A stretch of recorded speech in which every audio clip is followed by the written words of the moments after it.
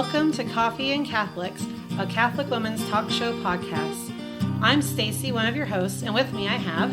Hi, I'm Alisha. I'm Annie. And I'm Lauren.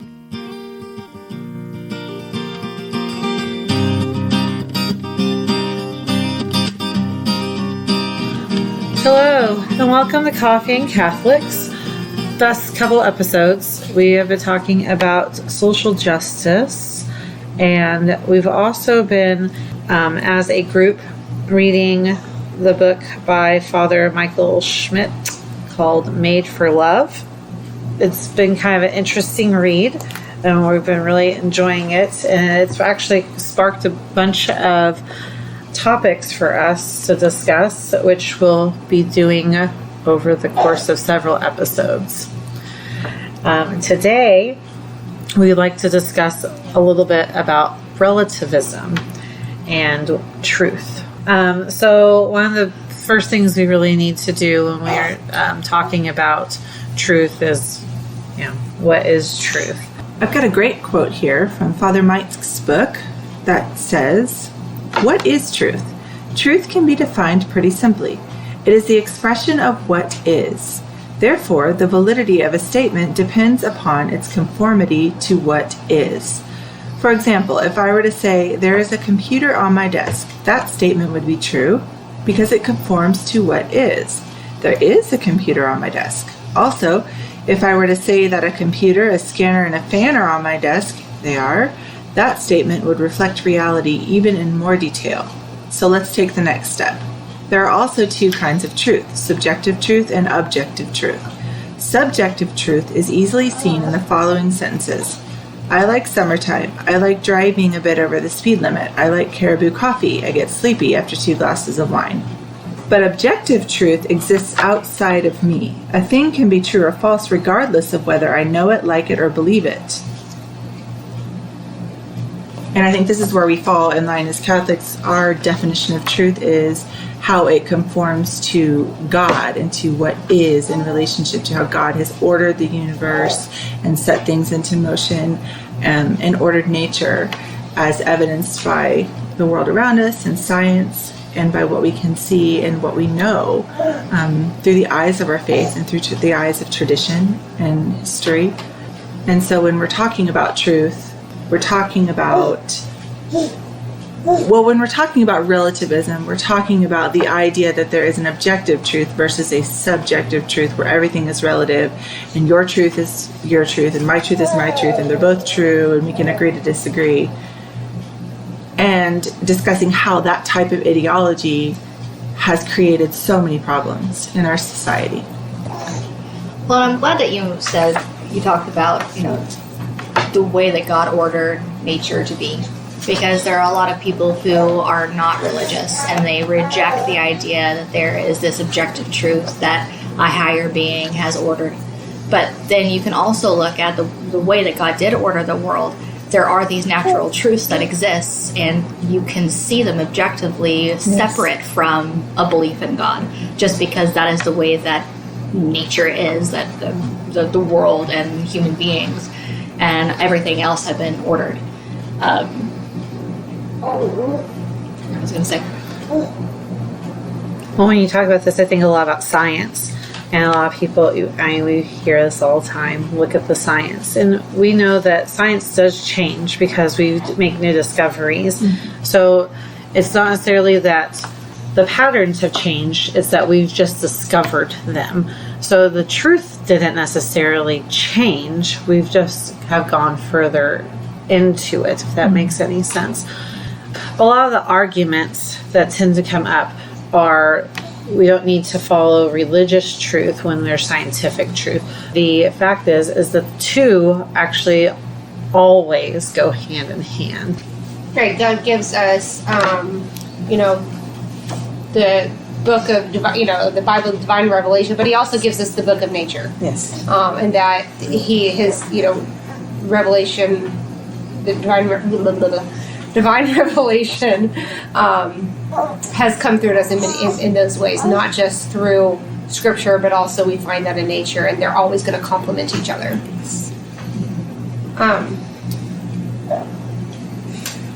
something else that Father Mike talks about, like Lauren said, is this the kind of those differences between subjective and objective truth, and how with relativism these days, like with that there's this disconnect of what is considered objective or subjective, and particularly the statement of God exists. And he kind of dives into is that statement subjective or objective? And there's he gives an example of a professor who was trying to help his students identify objective and subjective statements, and when they got to the statement of God exists, it says there was a near universal breakdown. Quote, the class ceased giving the same answer in unison. Instead, there were two answers being shouted. Some students recognized right away that the statement was objective, but the majority of them thought the statement was subjective. Remember that the professor wasn't claiming the statement was objectively true. He was merely claiming that it was an objective statement. So one reason many students gave for saying the statement was subjective is they had been raised in a culture where statements like God doesn't exist and God exists are regarded as simply matters of opinion. And I think that's what we find so much in our culture today, and what this is that what we believe, what we as Catholics take as this objective truth, regardless of what I see it as, this is truth, is being portrayed as subjective. Well, and that really brings into focus then the idea, the ideology that's really being mainstreamed right now, that everything is my truth. Mm-hmm. That I can subvert objective reality with my own quote-unquote reality, simply because I feel that way, because I want it to be that way. Mm-hmm. And because when people are talking about my truth, I think what they're really objectively saying is that I have my own feelings, my own desires, my own thoughts and beliefs and experiences, and that is true. That we all have our own experiences in those ways, those internal ways. But then, when using the phrase "my truth," it's extended out of oneself instead of exteriorly to say that this is the way that it is. And then also going a step further than that and saying, if you don't agree with me, or if you say anything in objection to this, then you're attacking me or whatever, because it's become such a stronghold for a lot of people that that if you disagree with somebody's quote unquote truth, then you're attacking them personally as a human being. And I think the thing that this is something that I've noticed happening in our society more and more people who I never really thought would use the term "my truth" or using it more and more often. But this is I think it's a breakdown in maturity level that we're seeing in our society with regard to this when we're looking at this way of using relativism, because it's looking all about me.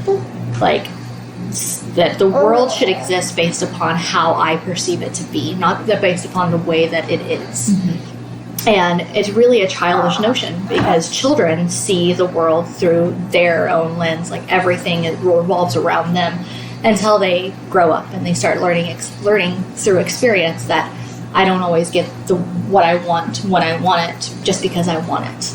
That other things exterior of me, like they have some say-so, right? But what adults are trying to do right now, I think, is really take us back a bit and say, no, actually, like, I don't want to mature. I don't want to see the world the way that it is. I want to only see the world the way that I view it, and I want everybody else, even if you don't agree with me, you at least have to say that I am right for me. Does that make sense? Well, and I think some of that comes from what we've learned in the past decade, 15 years about perception. I mean, look at the gold or blue dress. I mean, we all see the same picture, but the same picture is there, but we all perceive it differently. And so there is, I think, this discovery that we can all see the same thing, but not see it in the same way is something that has kind of also fed this idea of the way I perceive things as my truth, if that makes any sense. it doesn't change the fact that even if you see the dress a different color, it doesn't change that the dress is a dress. So the truth is that the dress is there. Now, colors have to do with all sorts of things that going on optically with your eyes and the light that you're seeing, and even the computer screen you're looking through.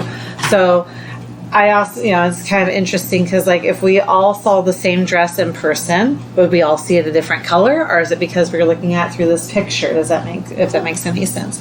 So the truth is the dress is still a dress. Just because we're all perceiving the colors differently doesn't change what it is. And so, yes, we all have different experiences. We all have different life journeys. We all have different things that happen to us. But that doesn't change the fundamental truths in nature and God.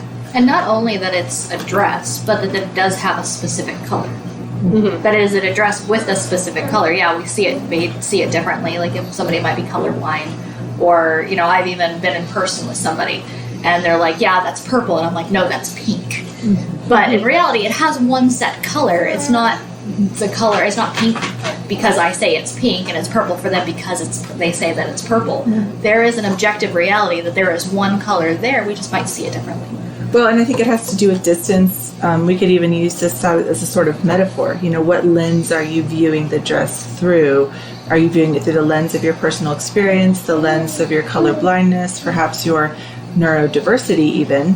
If we spread it out, if you're viewing the truth through the lenses of the different experiences and different ways that the brain works, you may come up with some variances in shade. But the fact remains that it is a dress, and it is somewhere in person a color. And that is what it is, and that is the objective truth. And just because I see it as a purple dress does not mean that it actually is a pink dress sitting there in that room. So your distinction there is important, Alisha, that you made. But also, your distinction is really fascinating too, because this is the issue here, I think. We're all seeing truth through these different lenses. And even those of us who agree on the objective truth, there are variances in the shade based on our experience, based on our interpretations. Where I think the breakdown happens, I love something that you said, Alisha. You said, adults, there seems to be this trend in the last year, particularly with the rise of social media, where everyone has an opinion. And Father Mike talks about this in his book, and everyone has now this incredible platform with which to express that opinion to anyone who happens to be watching them from all over the world. And it's a perplexing and fascinating and dangerous and powerful and unique situation that we're in. Because all of a sudden, every single thing that we think or say or believe has the potential to be validated by someone else, whether it's good, true, beautiful, right, based on truth, based on unreality. If I can get 600 people who agree with my statement about how I see the world, somehow my opinion goes from being just an opinion to being a legitimate truth. And this is where the breakdown is. And this is why this computer age presents such a challenge for us, particularly raising our children, those of us that are raising children or grandchildren, or nieces and nephews, is how do we teach our children to recognize that behind the door of that door somewhere there is a dress, and it is the same color that it is its what isness, it is its fabric, it is its nature, and that is what is the truth versus what we experience on our daily life with our different individualized lives and paths. And how do we teach our children that? How do we keep that breakdown from happening in our brains so that our children don't just simply believe, or just anyone simply believes that truth is your truth is my truth, and if you're attacking my truth, you're attacking me, like he said. And he goes into that in detail, which I think was just really fascinating. And I love what you said, and this is just, you stopped just short of saying this, but I heard it come out of what you were saying. See the world as I see it. You must see the world as I see it. But what's really being said there, I think, is see me. And I think what's happened here is this incredible opportunity where, even though this is so frustrating to see this happening, particularly in social media and just across all these blog sites, what people are really doing is they're showing us what they need. They're showing us how to accompany them. They're saying, this is how, see me, see my experience, see who I am, see what my pain, see the way my brain works, see me. And it makes me wonder if the way we approach this relativism isn't to be hammering down on our truth, but to actually just walk with people and see them and show them objective truth. Well, and this is going based on what you said, but kind of going off in a little bit of a different area just shortly. I think that what you said about the social media and wanting to be seen is a circular kind of thing, because what really I think needs to happen is that we need to get off of social media. Absolutely. We need to contact one another in person, Yes. so that we can actually be seen by other people. And So that we can see the dress. And so it's interesting about what both you and Alisha and Lauren are saying is, so I have an educational background, and so when you think about children in their egocentric stage, and that's the me stage where it's all about me, everything is about them. They're, these are our toddlers and our preschoolers and our kindergartners are in this egocentric stage. It's in about first grade that they start kind of seeing that they're not the only person in the world. I mean, they know that other people exist, but the world doesn't revolve around them. They're not the sun, So it's interesting, though, too, that during that time period where they're going through these different developmental stages, like take their artwork, for example. Somebody who was criticized as a child for their artwork, it's very interesting to see how their artwork never really developed past that stage. So if we are, some people can rise above criticism and things like that, but it's interesting to see how when your brain gets rewired a certain way by an experience, by something that somebody says, by social media, screen time, things like that, how our growth can be stunted in certain aspects of our life. So it's interesting that you say that it seems like we're stuck in this egocentric stage, because if you also put in how much media has come out in the last year about perception and individual truth and what is truth, and my truth is my truth and your truth is your truth, and it's very interesting to see how, like you were mentioning, there's this me type of thing. But I also love what you said, Lauren, about how the me, we can move past that into saying, okay, you need somebody to hear you. Mm-hmm. You need somebody to hear what is going on in your life, and you need somebody to walk with you. Because once, like, again, a child who may have been criticized in their art development stunted, like they're still stuck in scribbles, or they're still stuck with the head, with the legs coming from the head, things like that. Their brain can still reroute itself and grow when they are encouraged and nourished. Mm-hmm. And I think as a society, there's hope, because as long as we are being nourishing to each other and walking with each other, instead of saying, I agree with everything you say, that's not helping somebody. You can still love and walk with somebody without agreeing with them, but having conversation where they think about what they're saying, think about what I'm saying. I'm pretty sure that I'm wrong about lots of things, but when I end up talking with friends like we do here on this podcast, it helps me think more about that topic and grow to a better understanding of what the truth is. One of the things I talk to my teenage girls that I mentor about, sometimes I call them out on some things, and it's very interesting how offended. I get offended when I get called out. I'm not saying don't be offended when you get called out, but the very thought of being contradicted is they're taken aback by that. Like, you should just accept what I just said. It should just be okay. No. What you just said doesn't conform to the truth of objective reality. What you just said conforms to your experience and your feelings.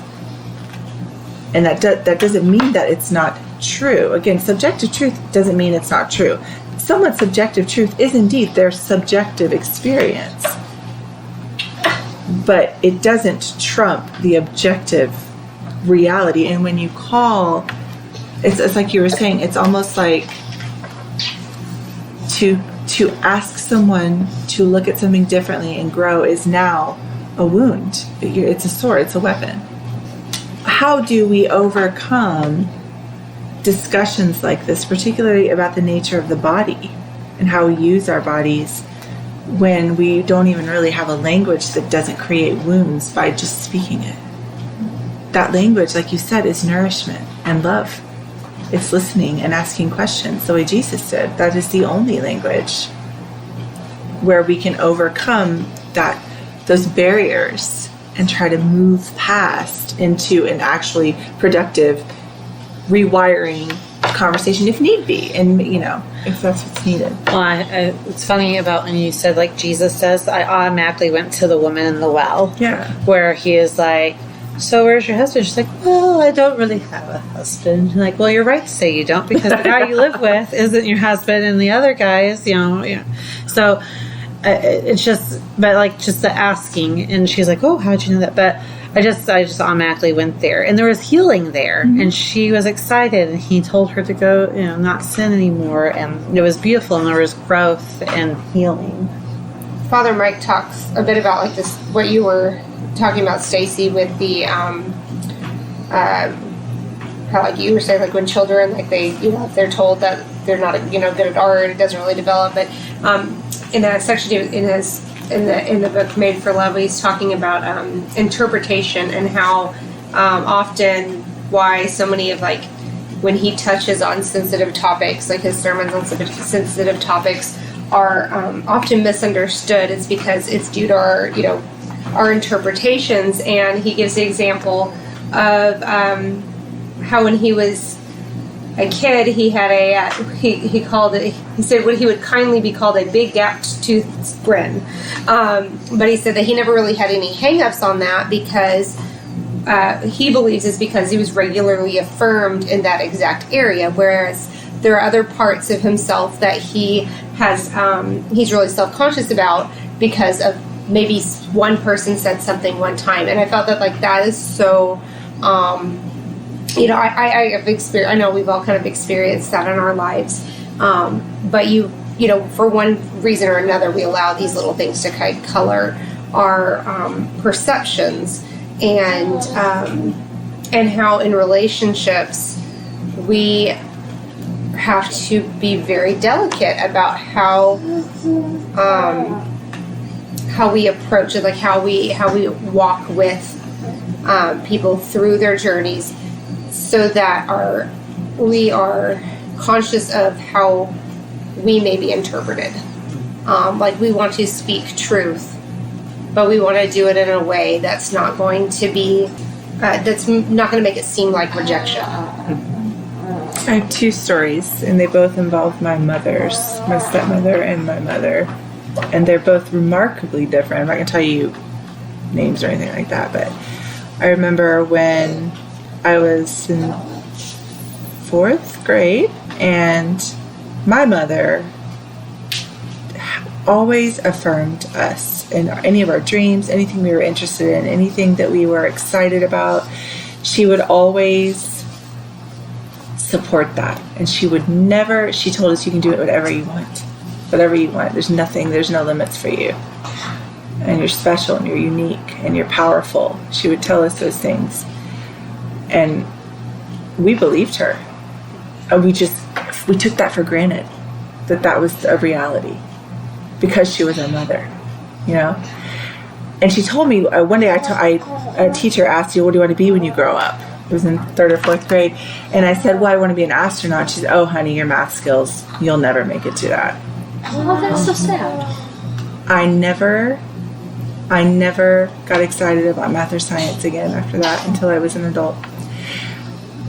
Even though, now this is where it gets interesting, my mother went to the school and chewed her out.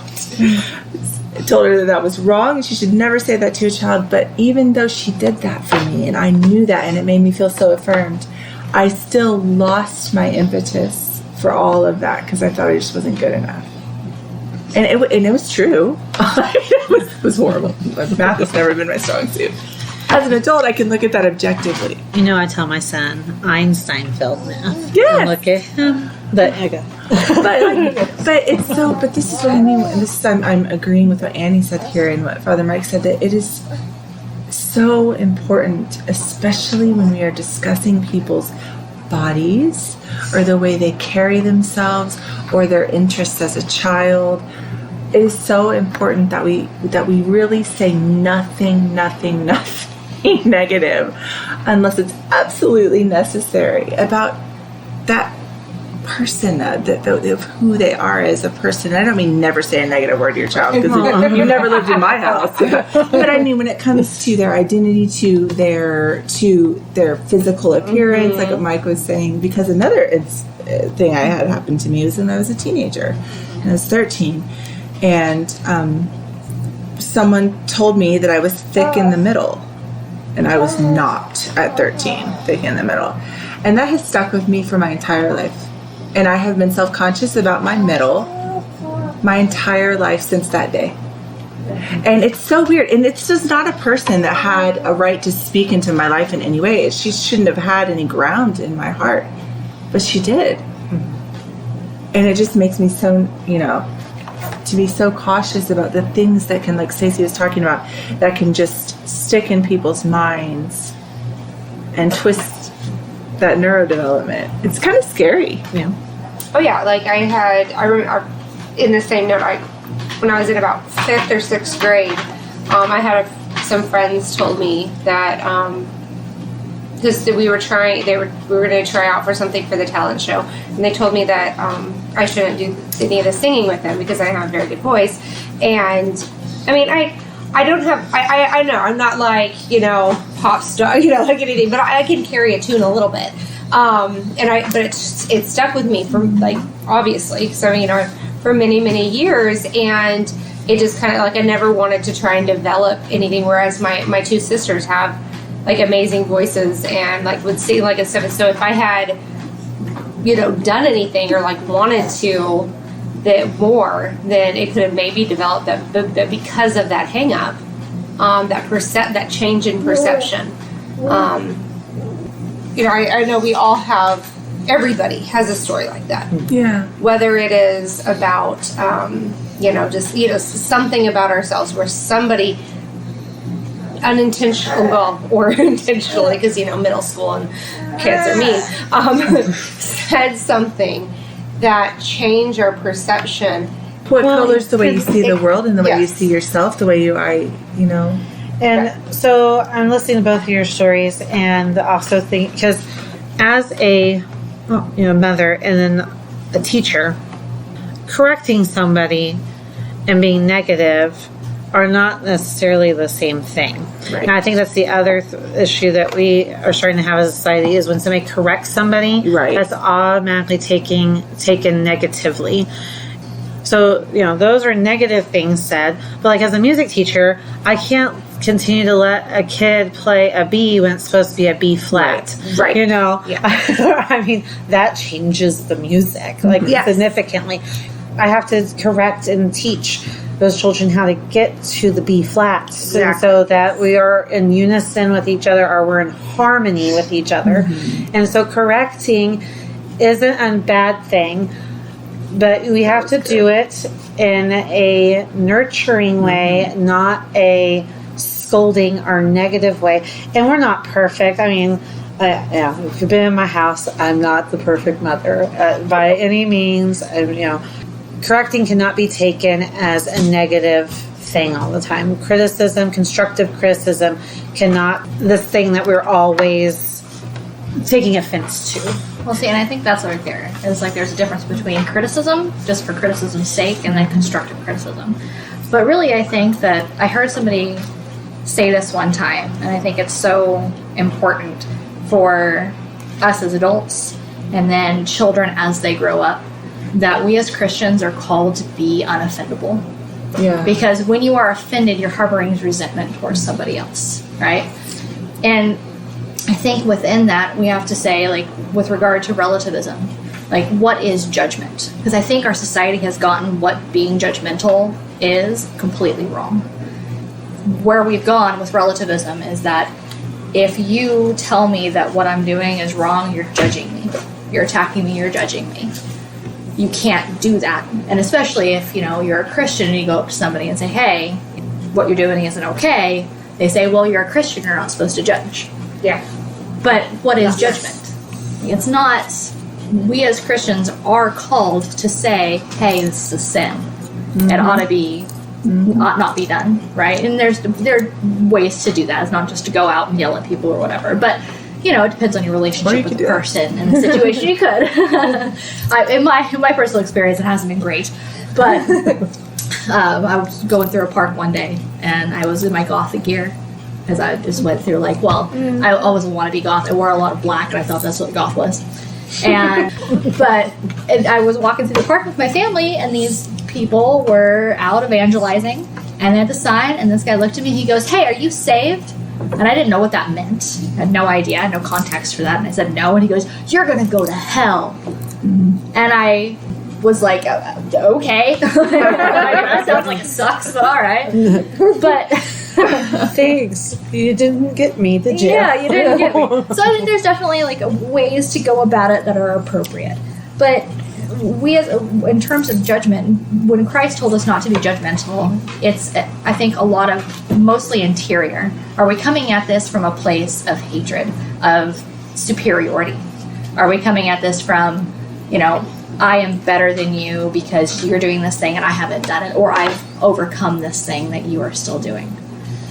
That's what I think judgment is. And we absolutely can and must make judgments about behavior. We have to, we have exactly. to do that as Christians. And we have to accept it as well. Yes. Because if somebody's giving us constructive criticism, we have to be willing to be mature enough, to grow in maturity enough to say, reflect on it and say, you know, like, that stings a bit, but is it right? Mm-hmm. I remember a cousin of mine, it was shortly after I converted, and we were talking about drinking alcohol. And, but I can't remember exactly how the conversation went. But she was basically pointed out the hypocrisy of people, of Christians who say that it's wrong to drink, but they'll abstain on Sundays, but then the rest of the week they, you know, have parties and they drink it up. And I can't remember exactly, again, the context of the conversation, but she said it in a very judgmental way and a very hateful way. And I could have taken serious offense to that, but I think this was a Holy Spirit thing, because I was easily offended all the time. But, like, I didn't get offended by it, and I was like, you know, you're right. Mm-hmm. Like, I can't be the kind of person that just says, all right, on Sundays I'm going to try to be holy, and the rest of the week it doesn't matter anymore. And it really had an effect on me. You know, I think we need to take those opportunities, and even when somebody says something horribly critical of us that has no basis, that is just being nasty. And obviously for children this is much harder, and so I think we as adults need to teach our children this. Mm-hmm. We have to learn it ourselves, and this is a long, hard road. So I'm not downplaying it at all. But being called to be unoffendable, like, if somebody tells us, hey, you know, I used to, another story, when I worked as a waitress, I had one particular, actually it was two ladies, who every single day that I worked there for the last, well, almost every single day that I worked there for about a year, told me I was fat and that I was gaining weight. And then when I came back, after I quit, came back to have lunch with my family, and the first thing that one of the ladies told me, she goes, oh, hey, Alisha, you're looking pretty fat today. And I just looked at her, I was like, okay. You know, went along my merry way. But even then, it's a call to grow. It is a call for us. We can take those opportunities when people are being nasty and judgmental and mean, and we can turn them into an opportunity. And God does this all the time. I think this is what is growing in holiness, is taking those and saying, yeah, it was hurtful, it was mean, I am hurt, and that's okay. But how can I forgive this person today? How can I love this person? How can I reject that lie in the name of Jesus Christ? How can I call down his name? And so I think that we have to be not necessarily okay with, but we have to accept the fact that we are going to be criticized, and we are going to be constructively criticized, and we can use those as opportunities. Yeah, and I think it ties back to objective truth too, though, because most people will stop. What's happening in our society is what you said. Yeah, that stings a little bit, but is it right? I think that's where it stops. We stop after, yeah, that stings a little bit, because you've offended my reality. I don't see myself that way. You're saying that the way I'm seeing myself is incorrect. That stinks. But no one is asking, but is it true? Mm-hmm. And if it is true, then I must conform my life to that objective truth. Mm-hmm. And this is where we're at right now, where the idea, we can fight and argue about our subjective truths all day long, but the idea that at some point we're going to have to close our open minds on something objective, on something substantive, as C.S. Lewis said. The entire point of having an open mind is to close it upon something true. Mm-hmm. Yeah. That's where we have to have a language, where we've got to be able to talk to each other about what is truth and the nature of truth. And then we have to have long conversations about that with ourselves and with our family members and with each other, because I think it may be the most important conversation to have right now. Mm-hmm. In our society that is so full of everyone who has an opinion peddling it as truth. Mm-hmm. And I call myself out with that too, because I'm fully aware of the deceitfulness of my own heart and what I believe is true. I absolutely know that much of that's hogwash, particularly in my relationships. Because if I were to sit down for 5 minutes and really go through it, I would find all the ways that I was being hypocritical and deceitful about my view of things or my view in that relationship. So this is a personal thing here. We have to deal with the subjective truth in our own hearts, the things that don't measure up to truth first, before we try to tackle this at large as a society, or not even, maybe not before, but during this process. Well, and I hear you guys talk about judgment and what judging is, or admonishing, or correcting. And I think about the term relativism, because we talked about that.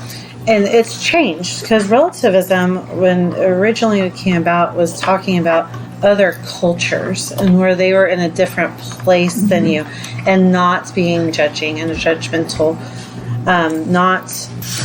So I think it's important for us to say that that's not the type of relativism we're talking about. We're not talking about cultural relativism, where a culture has developed over thousands of years and that we should look at what their culture is doing. We're talking about this new modern relativism that has been developing, where it's my perception is truth.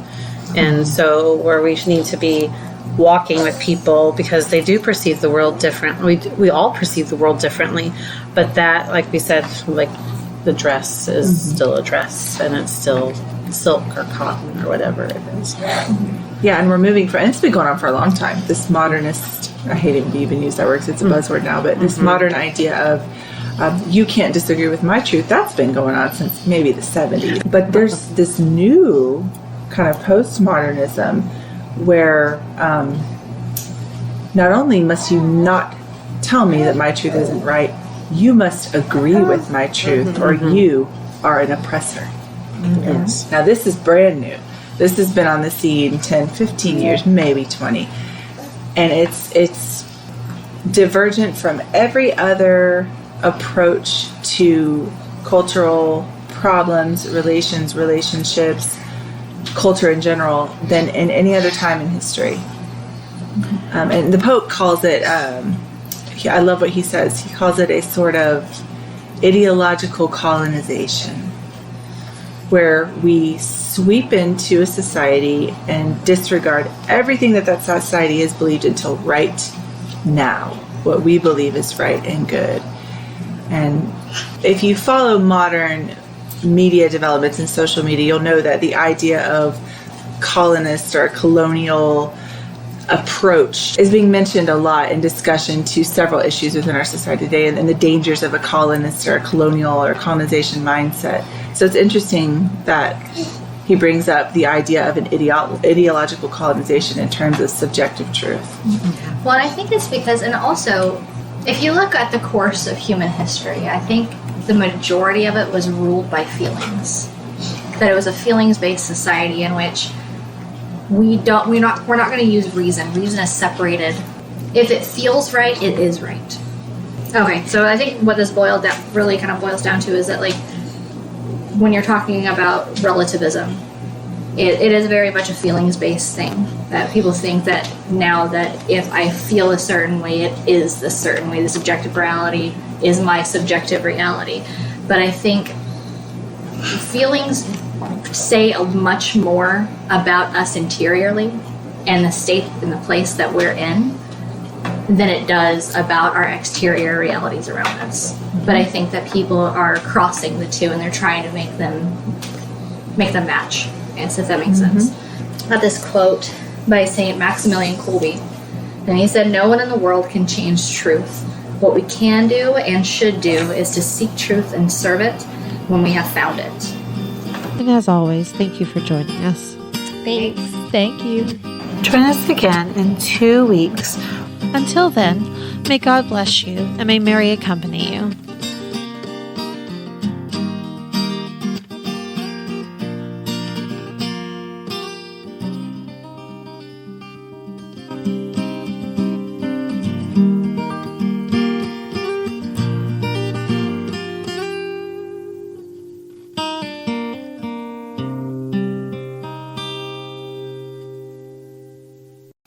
Hello. For those of you in the Oklahoma City area, the Central Region Council of Catholic Women will be hosting an event on October 16th from 10 a.m. to noon at the Gospel of Life Disciples. There's no cost to attend. Registration starts at 9:30.